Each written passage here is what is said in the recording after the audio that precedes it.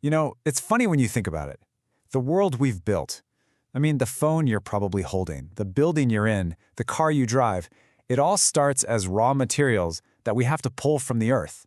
And that right there, that creates this huge tension, doesn't it? Our progress absolutely depends on mining, but wow, mining can leave some really deep scars on our planet. So that leads to this kind of wild question. Can you actually take an industrial scar, a place just torn apart by industry, and turn it into a paradise? I mean, not just patch it up, but transform it into something beautiful, something full of life. It sounds kind of impossible, right?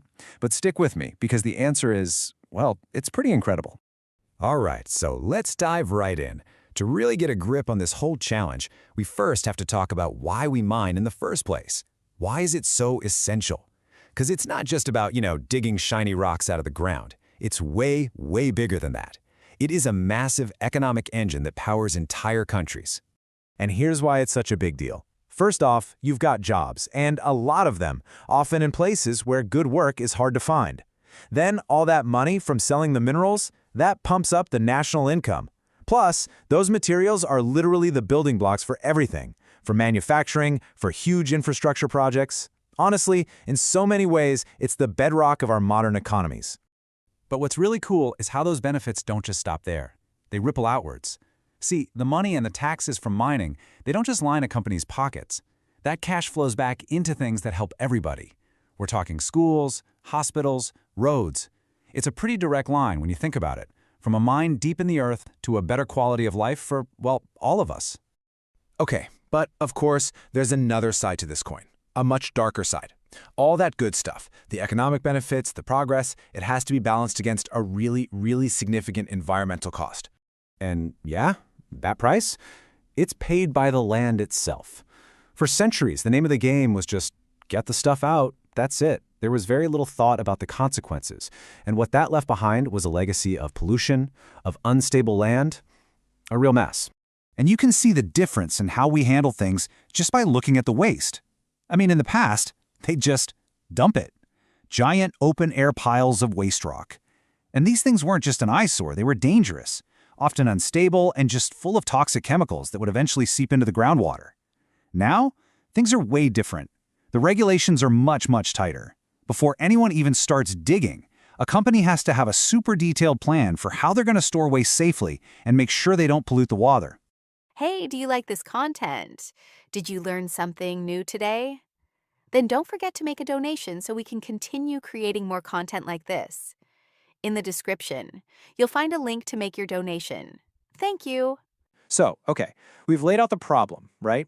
We need the stuff mining gives us, but we've also got to deal with the damage. The big question is, how? How in the world do you clean up a mess that big? And this is where things get really, really cool. Instead of just bringing in more bulldozers or dumping more chemicals on the problem, scientists started looking at a much more elegant solution, a solution that nature has been perfecting for billions of years. They turned to life itself. It's a process with a fancy name, bioremediation. But the idea is actually super simple.